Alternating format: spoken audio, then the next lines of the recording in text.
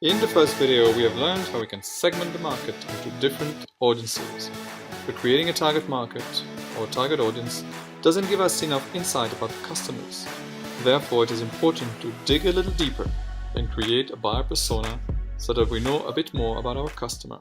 What we're going to do in this lesson is to learn what a buyer persona is, and we will learn how you go about creating it. Once you have done this, you will have a lot of insight into your audience, which will make your communication much easier with them.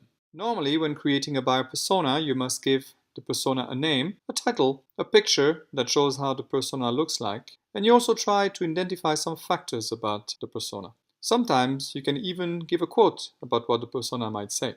There are a lot of different ways to create a buyer persona, but there is no correct way to go about it, as it might change depending on the organization as well as the industry. What is important to understand is that when you create a buyer persona, you first need to determine your target market with the 4 factors that we have identified in the previous video. Then you go further and create a representation of your target audience by creating a buyer persona. For example, in the previous video, we have identified that this was the market that we wanted to attract to our hotel. The segmentation table tells us quite clearly who our audience is. But it doesn't give us much information about what our customers needs or wants, what are their problems that they want to solve.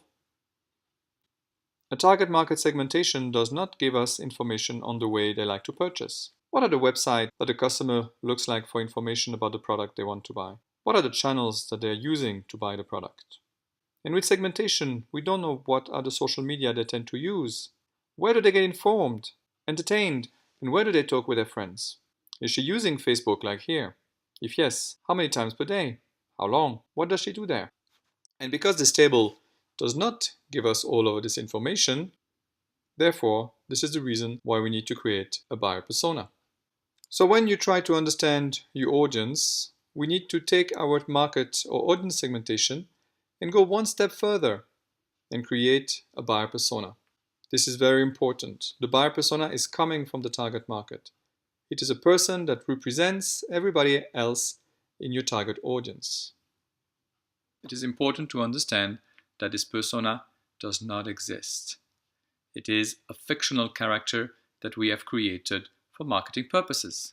She's an average persona that represents, I have to insist on that word, everyone else in the target audience. She does not exist. However, if we were to meet a real customer from the target audience, the customer would look and feel similar to a buyer persona. Persona is very much the same thing than creating a character in a movie. You want to create your persona's customer story. You want to give the buyer personality, a name, background, problems, needs, their personality, goals, and behaviors. You also want to discuss their actual state, their needs, the challenges or the problems that they are facing. And you also want to discuss their desired state, how they want to feel after they found the perfect product or service that solved those problems.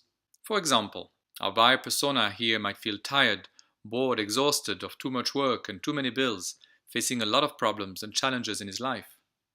This is his actual state. What he wants is to feel energized and rejuvenated. He wants to exercise in nature and forget his problems. This is his desired state.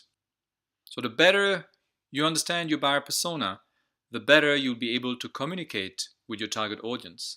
Creating your buyer persona, you do not want to include the product that you're trying to sell. You should only focus on the persona with her problem and her desires.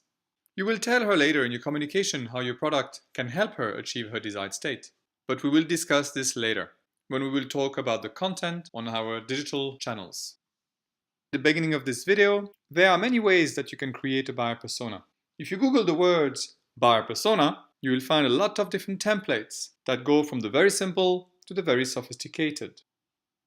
I've created a particular template, which I think is the most suitable for the hospitality industry, especially if you're attracting leisure customers. As a hotel focusing on business customers, you might want to adapt this template. So in the template, you want to identify the demographic factors about your buyer persona, which mostly are coming from your target market segmentation anyway. Then you want to identify the actual state, the challenges, the problem faced by the buyer persona. And as you want to talk about the actual state, you need, of course, to talk about the desired state. What does the persona want to achieve? What is the solution that the persona is looking for? Focusing, of course, on the industry. Then you want to be able to identify online activities of the buyer persona. What are the main social media that she uses every day? What are the main places that she goes for shopping information? This is followed by media preferences. There are sometimes some confusion about media preferences. Media preferences are the places, offline or online, that the buyer persona uses to get either informed or entertained. Could be newspapers, could be website, could be TV channels, could be radio, could be podcasts, and so on. After that, especially for leisure, you want to identify hobbies. What does the buyer persona like to do in her free time? And we are trying to identify the main purchase criteria of the persona, focusing again on your industry. So if the persona wants to buy a hotel room, what are the most important criteria? Is it the Wi-Fi? Is it the size of the room, size of the bed? What amenities does the persona want to see? And finally, the last one is looking at the most common objections. What would the persona tell you if you were to meet her about the reasons why she would not come to your hotel? The hotel is too far away, the hotel is too expensive, the room is too small, and so on and so forth. And here is one example of a Swiss family that I have identified as my target market. So to better understand my audience, I have created this buyer persona. I would like to invite you to pause the video in order to see all the details. You will also realize that I only talk about the persona. I never mention anything about the hotel. I don't mention anything about what I want to sell them. And finally, sometimes when you create a persona, the persona might be one person, but it also might be a couple, or it might be a family you're trying to attract to buy your product. This exercise. Essentially, a buyer persona is to help us understand our customer better, to have a lot of details about the customers, what they like, what they want, what they need, how they go about their life, which ultimately will help us to create content on our social media and digital channel that is of interest to our customers. The buyer persona is a big part of your plan and a big element of your assignment. Once you have selected the target market you want to focus on, you will create a buyer persona using the worksheet that is given to you. Create your buyer persona in a very similar way than the example given with the Swiss family. But you will not create the buyer persona only based on educated guesses. You will also need to do some research, which is the topic of our next video. If you want to learn more about building a buyer persona, I encourage you to read those two resources. Especially David Merman Scott gives a very clear explanation about buyer persona in chapter 3. If you want to learn more about building a buyer persona, I encourage you to read those two resources. Ray Vela's book is very detailed and tells you a lot about the research process that goes into building a buyer persona. I hope this information has been very helpful, and see you for the next video when we'll talk about researching our buyer persona.